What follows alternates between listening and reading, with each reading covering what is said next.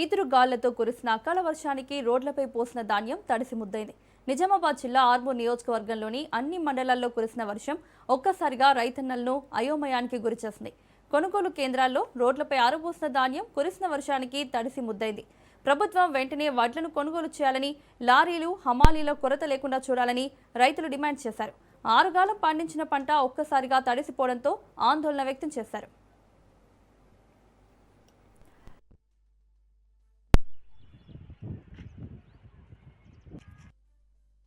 వరి కొనుగోలు కేంద్రాల్లో వడ్లు కాటాలు చేయడం ఆలస్యం కావడం వల్ల ఇవాళ పెద్ద మొత్తం నష్టపోవాల్సిన పరిస్థితి. ఈరోజు అకాల వర్షం అనుకోకుండా వచ్చిన వర్షం వల్ల కొన్ని వందల సంచులు తడిసిపోయినాయి, కాటేసినాయి, కుప్పలు అట్లనే తడిసిపోయినాయి. దీన్ని తొందరగా ఈ సొసైటీ వారు కానీ ఐకేపాలు తొందరగా కాటాలు చేసిన వాటికి రైతులకి ఇలా పరిస్థితి ఉన్నప్పుడు దీనివల్ల ఒక ఎకరానికి ఒక క్వింటాల్కి 10 కిలోల నుంచి 20 కిలోలు నష్టపోవాల్సిన పరిస్థితి వస్తుంది. ఎందుకంటే ఇది మళ్ళీ పచ్చితనం మేము కొనమని వాళ్ళు అధికారులు మన రైస్ మిల్లర్లు అంటారు.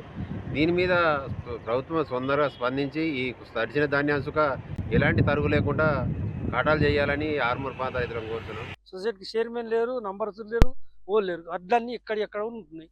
ఈ మొత్తం వీడికి వెళ్ళాడికి ఒక కమ్మంటే 100 లారీలు అవుతాయి. తక్కువ ఎక్కండి 100 లారీలు ఓళ్ళు లేపుతున్నారు.